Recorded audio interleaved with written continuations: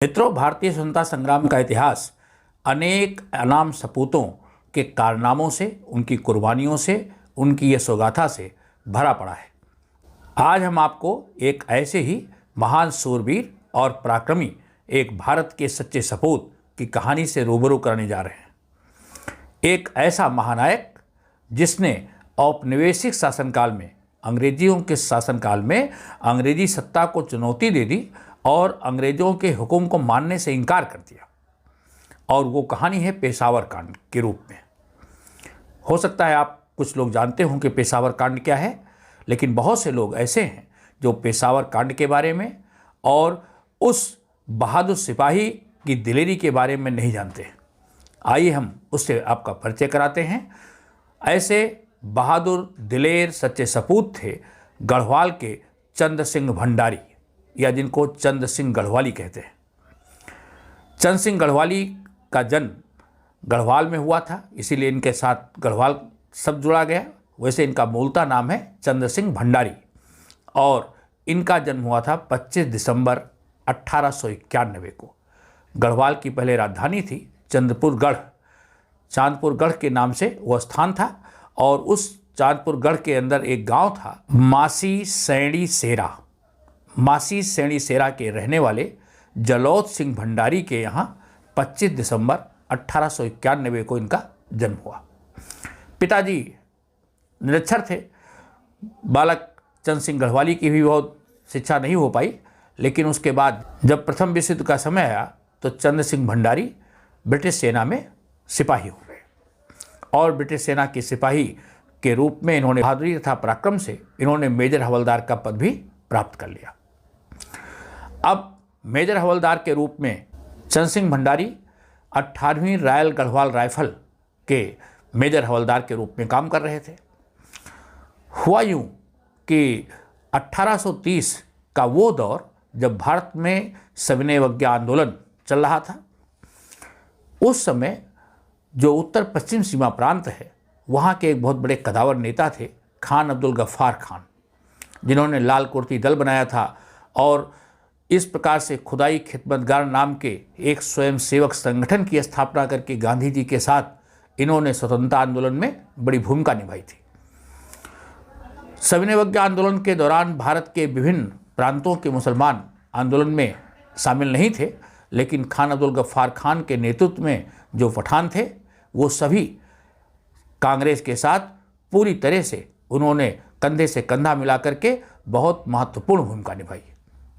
खान अब्दुल गफ्फार खान पठानों की राष्ट्रीय एकता और कौमी आज़ादी के लिए गांधी जी के साथ मिल करके कदम से कदम मिला करके स्वतंत्रता संग्राम में अपनी पूरी भूमिका अदा कर रहे थे।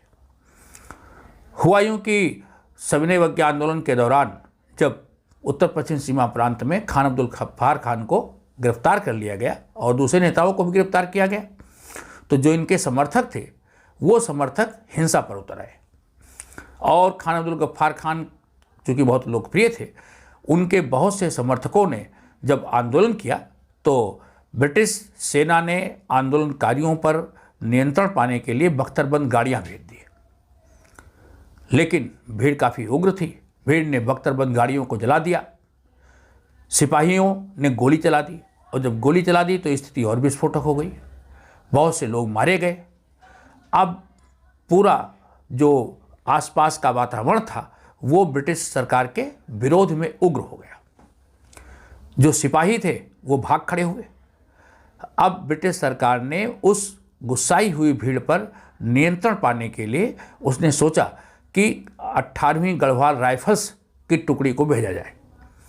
18वीं गढ़वाल राइफल्स की दूसरी बटालियन की 3 टुकड़ियां वहां पर नियंत्रण करने के लिए भेजी गई। मेजर चंद्र सिंह गढ़वाली उस 18वीं गढ़वाल राइफल्स की टुकड़ी का नेतृत्व कर रहे थे। अंग्रेजों ने बहुत ही कूटनीतिक तरीके से पठानों के ऊपर नियंत्रण पाने के लिए गढ़वाल राइफल्स के जवानों को भेजा था जो हिंदू थे। चंद्र सिंह गढ़वाली उस बटालियन का नेतृत्व कर रहे थे। चंद्र सिंह गढ़वाली को गुस्साई हुई भीड़ के ऊपर, उग्र भीड़ के ऊपर गोली चलाने का आदेश दे दिया गया। 23 अप्रैल 1930, 23 अप्रैल 1930 को चंद्र सिंह गढ़वाली को जब आदेश दिया गया कि उनकी 18 गढ़वाल राइफल्स के जवानों को कहा गया कि वो राइफल से गोलियां चला दें। चंद सिंह गढ़वाली के नेतृत्व में जो सिपाही थे, उन सिपाहियों ने गोली चलाने से इनकार कर दिया। भारतीय सिपाहियों ने अपने ही भारतीय भाइयों के ऊपर, भले ही वो पठान थे, उन पर उन्होंने गोली चलाने से जब इनकार कर दिया तो ब्रिटिश सरकार के जो ऑफिसर्स थे उनके हाथ पांव फूल गए। और यही नहीं, चंद सिंह गढ़वाली के नेतृत्व में जो गढ़वाल राइफल्स के जवान थे, उन्होंने अपने हथियार भी भीड़ को सौंप दिए। और स्थिति ये बनी कि 25 अप्रैल 1930 से लेकर के 4 मई 1930 तक पेशावर पर भारतीयों का अधिकार हो गया। जो ब्रिटिश सिपाही मिले वो मारे गए, ब्रिटिश ऑफिसर्स मारे गए और पूरी जो ब्रिटिश कमांडिंग फोर्स थी वहाँ से भाग गई। अब ऐसी स्थिति में ब्रिटिश सरकार को पेशावर पर नियंत्रण करने के लिए हवाई सेना की मदद लेनी पड़ी। हवाई सेना की मदद से पेशावर पर किसी तरह से नियंत्रण पाया गया। 18वीं गढ़वाल राइफल्स के वो जवान जिन्होंने इस दौरान ब्रिटिश सरकार के आदेशों की पालना करने से इनकार कर दिया था, उन सबको गिरफ्तार कर लिया गया। चंद सिंह गढ़वाली को भी गिरफ्तार किया गया और ऐसे 17 लोगों को कोर्ट मार्शल किया गया। चंद सिंह गढ़वाली और इनके साथ के जो सिपाही थे, उन सब का मुकदमा मुकंदी लाल जी ने लड़ा। मुकंदी लाल इनके पैरवी करने वाले वकील थे और इनकी जो सजाए मौत थी वो किसी तरह सजा में तब्दील कर दी गई। चंद सिंह गढ़वाली को एबटाबाद जेल भेज दिया गया और 14 वर्ष की सजा इनको सुनाई गई। चंद सिंह गढ़वाली एबटाबाद और दूसरे अन्य जेलों में पाकिस्तान में रहे। 11 वर्ष की जेल यातना के बाद इनको अंत में 26 सितंबर 1941 को रिहा कर दिया गया। लेकिन गढ़वाल में इनका प्रवेश अभी भी वर्जित था। गढ़वाल जाने पर पाबंदी थी। चंद सिंह गढ़वाली ब्रिटिश सरकार का समय था, इसलिए वो गढ़वाल तो नहीं जा सके, लेकिन ये गांधी जी को मानते थे और गांधी जी से मिलने वर्धा चले गए। गांधी जी के साथ स्वतंत्रता आंदोलन में काम करने लगे और 1942 में जब भारत छोड़ो आंदोलन हुआ तो इलाहाबाद में प्रदर्शन करते हुए फिर से इनको गिरफ्तार कर लिया गया और 3 वर्ष इन्होंने फिर से जेल में बिताए।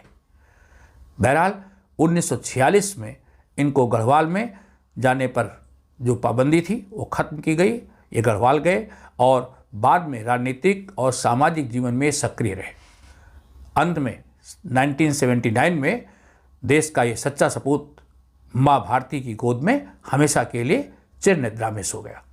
तो ऐसी थी मेजर हवलदार चंद सिंह गढ़वाली की यशोगाथा, जिन्होंने अपने साहस और पराक्रम से अंग्रेज़ों के आदेश को मानने से इनकार कर दिया और अपने भारतीयों के ऊपर गोली चलाने से अपनी सेना और अपनी टुकड़ी को उन्होंने मना कर दिया।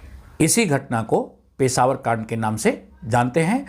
देश के ऐसे सच्चे दिलेर सिपाही और भारत माँ के इस लाडले सपूत को नमन। आप ऐसे बहादुर देश के सच्चे कदावर और दिलेर सिपाही की यशोगाथा को अपने मित्रों तक भी पहुँचाएँ। सादर नमन। धन्यवाद।